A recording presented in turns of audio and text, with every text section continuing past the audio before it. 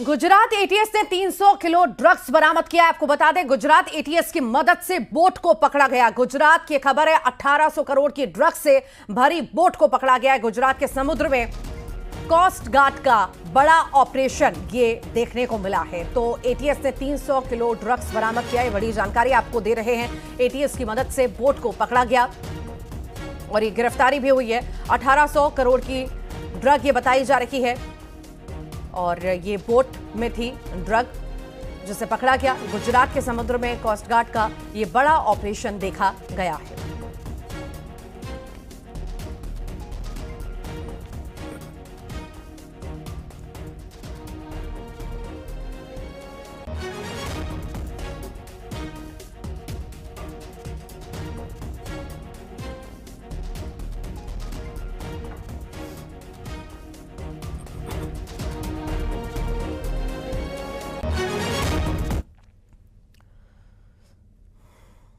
शिक्षा जिससे बच्चों का भविष्य संवरता है, बच्चों के आने वाले कल को बेहतर करने की नींव शिक्षा के जरिए ही रखी जाती है।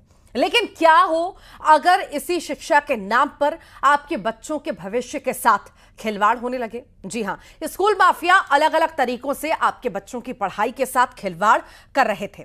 कहीं किताबों के जरिए खेला जा रहा था तो कहीं पर ड्रेस के जरिए। कोई अपनी अपनी मोनोपोली बनाना चाह रहा है तो किसी जिले के स्कूलों में हजारों शिक्षक नहीं हैं। आज स्कूल माफिया के खेल को करेंगे उजागर, लेकिन उससे पहले ये रिपोर्ट आपको दिखाते हैं। शिक्षा के नाम पर मनमानी, पेरेंट्स पर पड़ रही है भारी। राम भरोसे बच्चों की पढ़ाई, किस किस की लापरवाही। Operation school mafia. स्कूल का नया सत्र शुरू होते ही बच्चों की पढ़ाई को लेकर तमाम सवाल खड़े होने लगे हैं।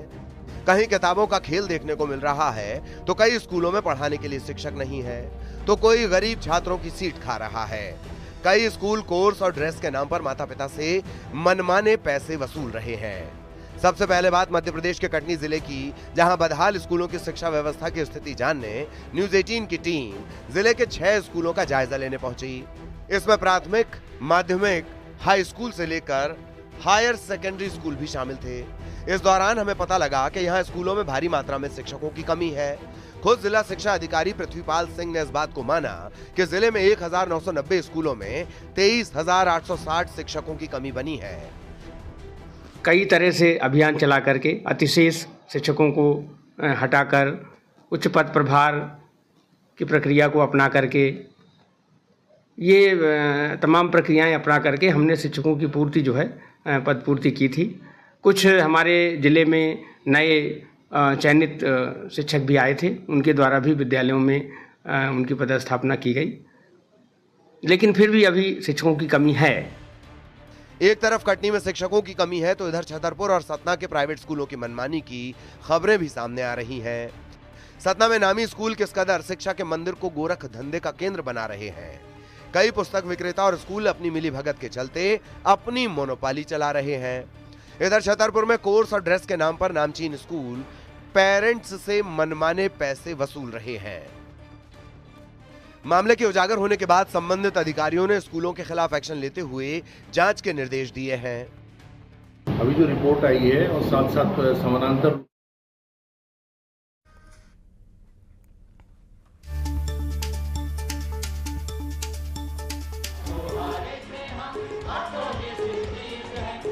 अम्बेडकर जयंती आज है और इसी पर अलग अलग जगह पर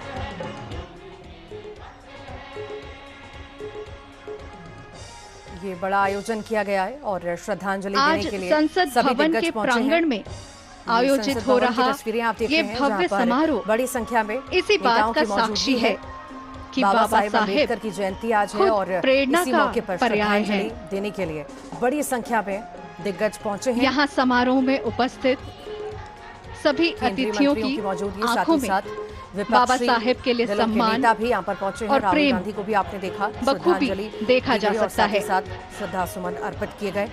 ये खास तस्वीरें आप देख रहे हैं। बाबा साहेब अम्बेडकर की जयंती पर श्रद्धांजलि कांग्रेस दी जा रही नेता राहुल गांधी जी।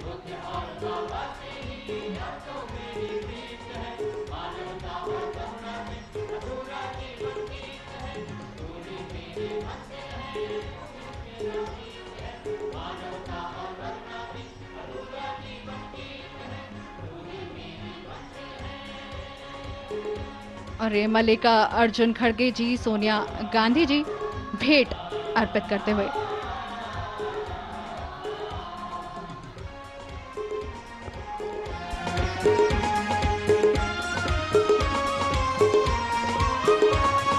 बहुजन हित हो तेरा, बहुजन सुख हो तेरा, मेरा तो कुछ भी नहीं, सब कुछ तेरा ही तेरा।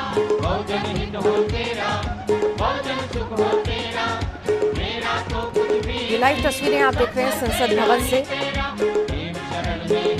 डॉक्टर भीमराव अंबेडकर की जयंती को धूमधाम से सेलिब्रेट किया जा रहा है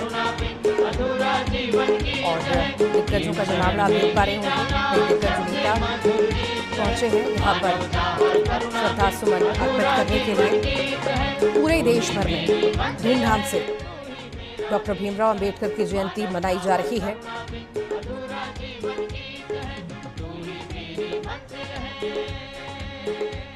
महान समाज सुधारक डॉक्टर भीमराव अंबेडकर की जयंती आज मनाई जा रही है।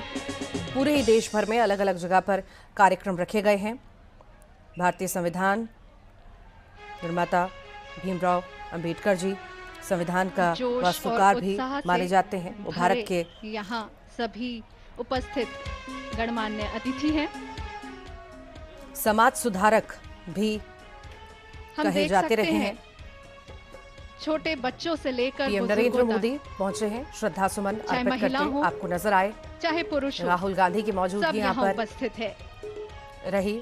कई विपक्षी नेता, साथ ही साथ सत्ता पक्ष के नेता यहाँ पर मौजूद हैं। जेपी नड्डा आप देख पा रहे होंगे, प्रधानमंत्री नरेंद्र मोदी आप देख रहे हैं पहुंचे हैं, ओम बिरला पहुंचे हैं।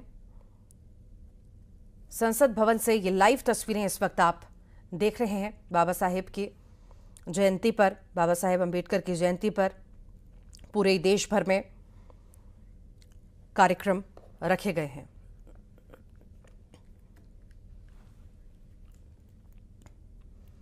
एमपी में एक बार फिर से माहौल बिगाड़ने की कोशिश की गई है। एक बार फिर से नफरती पत्थर फेंककर शांति के टापू में अशांति फैलाने की कोशिश की गई और इस बार गुना में बवाल हुआ।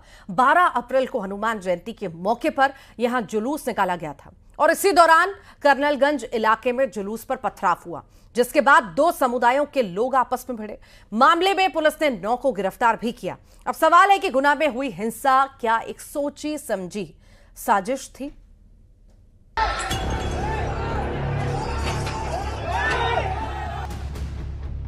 गुना में किसने भड़काई हिंसा? जलूस आगे निकल गया, उसके बाद ये घटना हुई है। हम ऊपर खड़े थे, सोचने पत्थर देख के हम लोगों को पत्थर मारा। और कैसे हुआ पथराव? किसका था प्लान?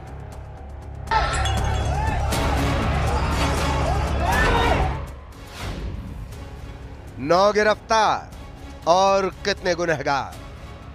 संबंधित प्रकरण में अपना सीसीटीवी फुटेज और वीडियो फुटेज के आधार पर चिन्हित कर प्रकरण में गिरफ्तारी की है।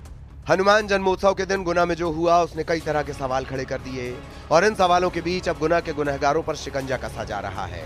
लेकिन इन सब के बीच सवाल खड़े हो रहे हैं कि आखिर किसे हनुमान जन्मोत्सव पर शोभा यात्रा रास नहीं आई, किसे डीजे की आवाज इस कदर चुप गई कि उसने लोगों पर जानलेवा हमला करना शुरू कर दिया। इन सभी सवालों का जवाब लेने के लिए न्यूज़ 18 ग्राउंड जीरो पर पहुंचा। कल देर शाम जिस तरीके से हनुमान जयंती के चल समारोह पर जो पथराव हुआ था उसके अवशेष अभी भी नजर आ रहे हैं। इस वक्त में ग्राउंड जीरो पर मौजूद है, देख सकते हैं कि एक माता का मंदिर और यहाँ पर जो है आप देख सकते हैं यहाँ पर अभी भी वो पत्थर पड़े, इतने बड़े बड़े पत्थर जो है वो यहाँ फेंके गए थे। इन्हें सीधे तौर पर ये कहें कि धार्मिक स्थलों को भी निशाना बनाने का प्रयास यहाँ किया गया। कुछ लोग हमारे साथ हैं, उनसे बात करेंगे। सर, कैसे ये पूरा घटनाक्रम हुआ था कि आप लोग यहाँ पर मौजूद थे?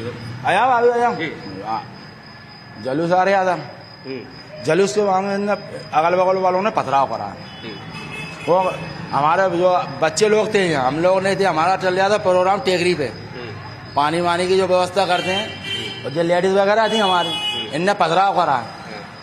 तो बड़े होते तो कोई दिक्कत नहीं थी सर। जुलूस निकलने के बाद भी उन लोगों ने हमला किया, मंदिर में हमला किया, और हमारे मतलब जो बच्चे थे वो बच गए, भाग के बचे हैं। जुलूस आगे निकल गया, उसके बाद ये घटना हुई है। मंदिर तक को नहीं छोड़ा उन्होंने, मंदिर तक पे पथराव किया है सर। और भी कुछ नहीं। आंटी ये अभी भी पत्थर यहाँ पर पड़े हुए हैं, उस वक्त क्या स्थिति थी यहाँ पर? आप यहाँ पे जुलूस तो आगे बढ़ गया था, पत्थर पड़े ना उनमें, तो वो तो डर की वजह से आगे बढ़ गए। उसके बाद में इनने मंदिर में जो सामने वालों ने, अगल बगल वालों ने, सबने पत्थर मंदिर में फेंके, हम लोगों पे फेंके पत्थर। तो सुना आपने, जुलूस पर पथराव करने वालों ने केवल शोभा यात्रा को ही नहीं बल्कि मंदिरों को भी निशाना बनाया। इस बीच आप इन पत्थरों को देखकर साफ अंदाजा लगा सकते हैं कि पत्थरबाजों की आखिर क्या मंशा रही होगी। इस बीच जब स्थानीय पार्षद से बातचीत की गई तो उनका साफ तौर पर कहना है कि ये पूरी वारदात सुनियोजित है।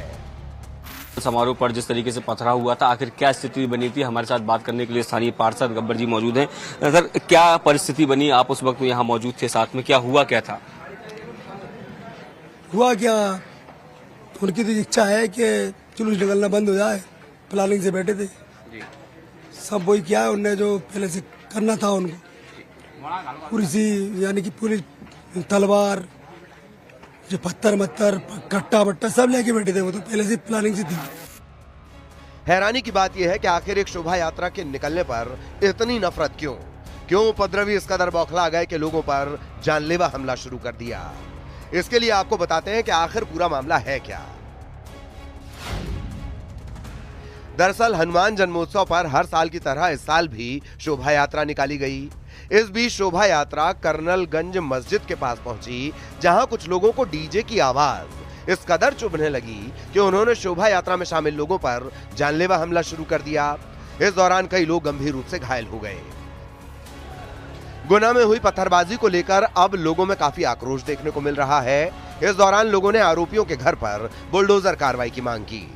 हम तो ये चाहते हैं जिन जो मारा है उनको बुलडोजर चलना चाहिए, पूरे यहाँ से लेकर पूरे कंडीलगंज में जोन गैर कानूनी जगह पे इन्होंने जो मकान और जो मस्जिद पे उस भी 1.5 से 5 फीट तक वो भी गैर कानूनी में बनाई गई है, उस पर भी बुलडोजर चलने चाहिए। और जो आमीन होटल वाला है जिसने पत्थर पहले उसने किया था, उसकी दुकान पे पूरी न रस्टी है न कुछ, उस पर भी बुलडोजर चलने चाहिए। नए वक्फ कानून को लेकर प्रदर्शन का दौर लगातार जारी है और इस मामले में सबसे ज्यादा हिंसा की तस्वीरें पश्चिम बंगाल से सामने आ रही हैं। तो वहीं हैदराबाद से भी प्रदर्शन की तस्वीरें सामने आई और इस मामले में सियासत भी खूब हो रही है। मैं गांधी की तरह इस कानून को फाड़ता हूं, ये अनकॉन्स्टिट्यूशनल है सर। कैसे बोल सकते हैं हम कानून को स्वीकार नहीं करेंगे? देश के अधिकांश राजनीतिक दल वक्फ बिल के खिलाफ हैं। सबका खड़ा नहीं है, छाती पर ठोक कर कहूंगा ज्यादा से जाएंगे। ये हंगामा, ये जुबानी जंग कई घंटों की चर्चा और बहस के बाद वक्फ संशोधन बिल संसद के दोनों सदनों से पास हुआ। बाद में राष्ट्रपति की मुहर के बाद कानून की शक्ल अख्तियार कर ली। वक्फ का कानून इसलिए लाया गया ताकि मुस्लिम समाज में इस व्यवस्था में सुधार लाया जा सके, पारदर्शिता लाई जा सके और कुछ लोगों और संगठनों के एकाधिकार को समाप्त करके पूरे मुस्लिम समाज को उनका हक दिया जा सके। इस पर प्रधानमंत्री नरेंद्र मोदी ने भी न्यूज 18 के राइजिंग भारत समिट में साफ तौर पर बताया कि ये कानून क्यों जरूरी है। साथियों, मैं देश की संसद को सर्व समाज के हित में, मुस्लिम समाज के हित में एक शानदार कानून बनाने के लिए बधाई देता हूं।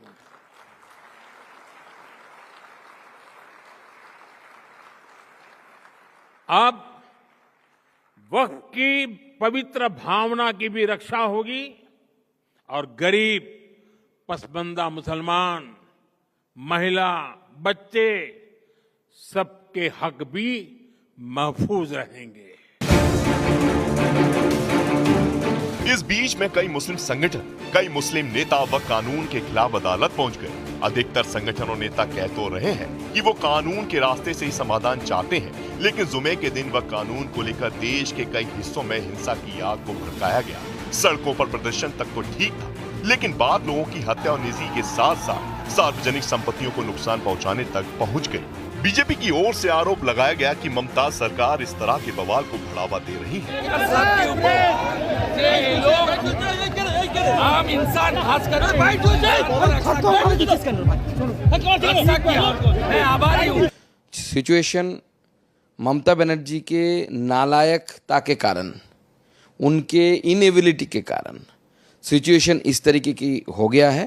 AIMIM के सदर असदुद्दीन का बीजेपी पर आरोप है कि मुसलमानों पर यह कानून थोपा जा रहा है। भाइयों को बताना चाहेंगे कि जब आप अपने धर्म के बोर्ड में सिर्फ ही धर्म के मानने वालों को मेंबर बना सकते हैं और दूसरे धर्म का नहीं बन सकता है, तो कैसे मुस्लिम धर्म का वक्फ बोर्ड, जो एक प्योर रिलीजियस इंस्टीट्यूशन है वक्फ बोर्ड, उसमें कैसे मोदी सरकार दूसरे धर्म के लोगों को मैंडेटरी 2 लोगों को बनाने का एक प्रोविजन रखती है।